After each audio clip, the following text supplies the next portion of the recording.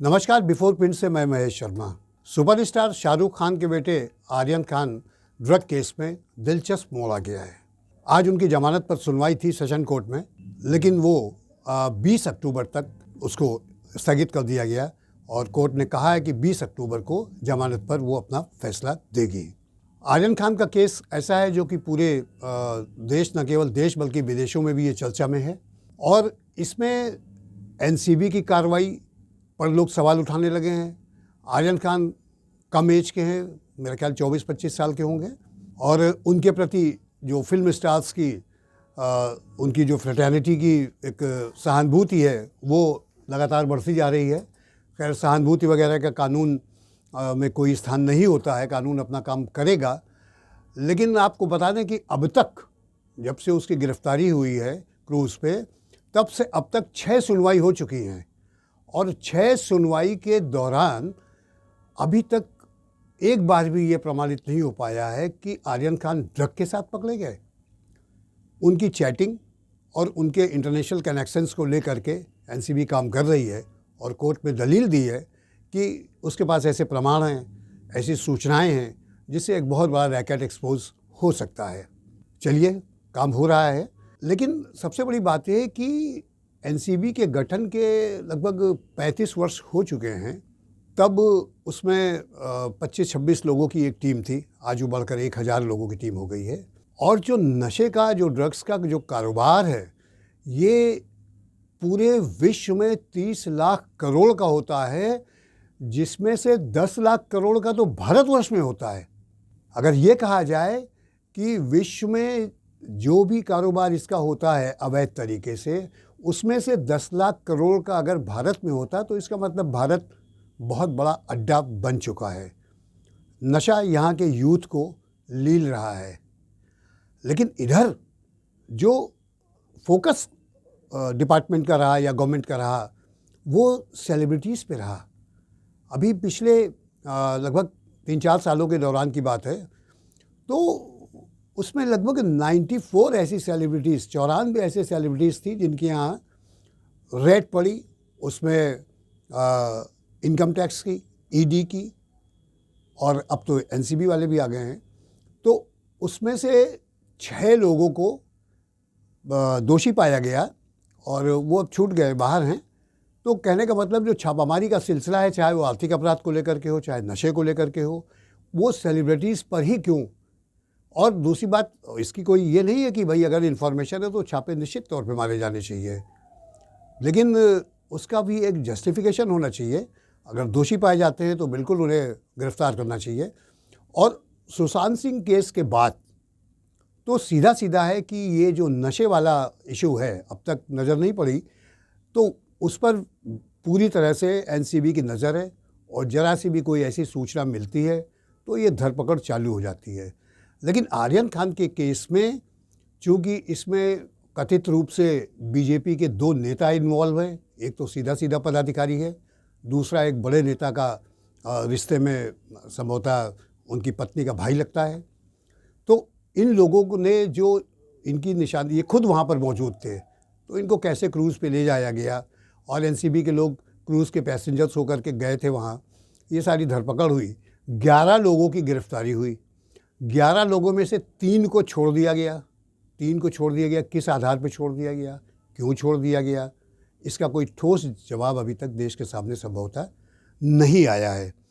तो हम आपको बता दें कि ऐसी स्थिति में जो ये चल रहा है, और आर्यन खान का अब तो फैसला उसकी जमानत का 20 तारीख को होगा, लेकिन इस बीच में जिस तरह से जो मानसिक प्रताड़ना कह लीजिए या मानसिक यातना उसको खुद में महसूस कर रहा होगा, ये तो वही बता पाएगा। लेकिन ये ज़रूर रिपोर्ट आई है बाहर कि वो आर्थर जेल में, अभी वो क्वारंटाइन वाली बैरक में था, अब तो जो कॉमन सेल होता है उसमें आ गया है वो।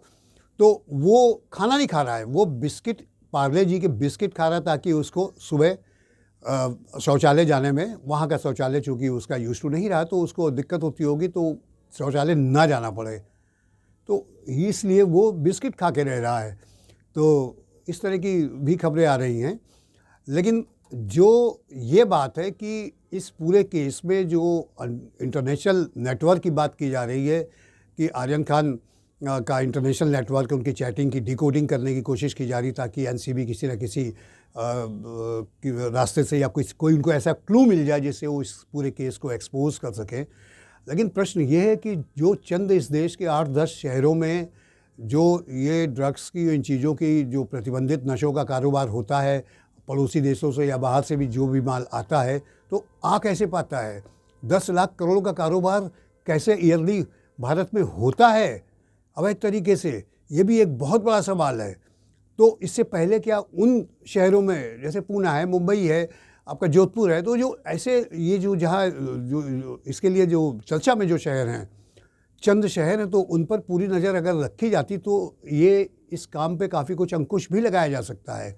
मैं यहाँ पर कोई एनसीबी की वर्किंग या सरकार की वर्किंग या नशे का जो लोग, निश्चित तौर पे ये गैर कानूनी है, प्रतिबंधित है। अगर कोई व्यक्ति ऐसा पकड़ा जाता है और कोई भी क्लू मिलता है तो निश्चित तौर पर उसे हिरासत में लेना चाहिए, रिमांड पर लेकर के पूछताछ करनी चाहिए, जो कि आर्यन खान के साथ हो रहा है। लेकिन चीज़ें आएँ, ये मैसेज नहीं जाना चाहिए कि कहीं ना कहीं कुछ हो रहा है। क्या वो एक बहुत बड़ी सेलिब्रिटी का बेटा है जिसका करोड़ों अरबों का कारोबार है और पूरे वर्ल्ड में एक देश के लिए मतलब न केवल देश बल्कि विदेशों में उसकी कला का लोग लोहा मानते हैं। और दूसरी बात ये भी उठ रही है कि अब जैसे नेशनल क्या नाम है, एनसीपी, शरद पवार की पार्टी, तो नवाब मलिक जो सवाल उठाते हैं तो वो भी अपनी जगह एक मौजू है कि उनको इस बात का ये है कि वो बराबर आर्यन खान की गिरफ्तारी को लेकर के वो पूरी तरह से ये कहिए कि निशाने में रख रहे हैं एनसीबी को, उसकी वर्किंग को लेकर के। तो ऐसी पोजीशन में अगर सबसे बड़ी बात ये है कि ऐसी पोजीशन में एनसीबी को ये जवाब देने चाहिए। वो पहला सवाल तो यही उठाते हैं, नवाब मलिक के साहब, उन 3 लोगों को क्यों छोड़ दिया गया, उसके पीछे क्या कारण था? और आर्यन खान की अगर इंटरनेशनल कनेक्शंस की बात एनसीबी कह रही तो उसमें अब तक गाड़ी कहाँ पहुँची? क्या किसी नतीजे पे पहुँची? अगर पहुँची तो फिर उसको अदालत में सबूत के तौर पे पेश किया जाए और उसे कन्विक्ट किया जाए। तो ये जो इस तरह के सवाल उठाए जा रहे हैं तो एनसीबी मुखर होकर के आ गई है शाहरुख खान के पक्ष में कहिए। और इधर इमोशनली शाहरुख खान एक बाप बेटे में, एक माँ बेटे में गौरी खान का एक जो रिश्ता होता है, शाहरुख खान ने, ये भी खबर आई कि शाहरुख खान भी बहुत इमोशनल और बहुत वैसे हो गए, तो उन्होंने आर्यन खान के उस बयान को के बाद वो बहुत ज़्यादा इमोशनल हो गए जब उन्होंने एनसीबी में ये कहा कि हमको अपने पिता से, पापा से बात करने के लिए अपॉइंटमेंट लेना पड़ता है। तो निश्चित तौर पर कहीं ना कहीं जो माँ बाप की देखरेख में औलादों का पालन पोषण होता है उसमें कुछ ना कुछ कमी रह गई। वो अपनी पैसे की भूख शांत करते रहे, लड़का हाथ से बिगड़ता रहा। आर्यन खान की संपत्ति बहुत है, देश विदेश में उसके नाम से बहुत बहुत ज़्यादा संपत्ति, ऐसी भी खबरें आई हैं। तो अब फ़िलहाल ये जो वकीलों की बहस के बीच में और ये आर्यन खान की ज़मानत को लेकर के जो 20 अक्टूबर की तारीख फाइनल की गई है जिसमें ज़मानत पर फैसला कोर्ट देगी, उसका इंतज़ार है। तब तक देखिए इन 6 दिनों के बीच में वो तो जेल में रहेगा और एनसीबी कौन से ऐसे प्रमाण कोर्ट में प्रस्तुत करेगी, ये देखने की बात है। शुक्रिया। अगर आपको हमारा वीडियो पसंद आया हो तो इसे लाइक करें, सब्सक्राइब करें और साथ ही बेल आइकन दबाना ना भूलें।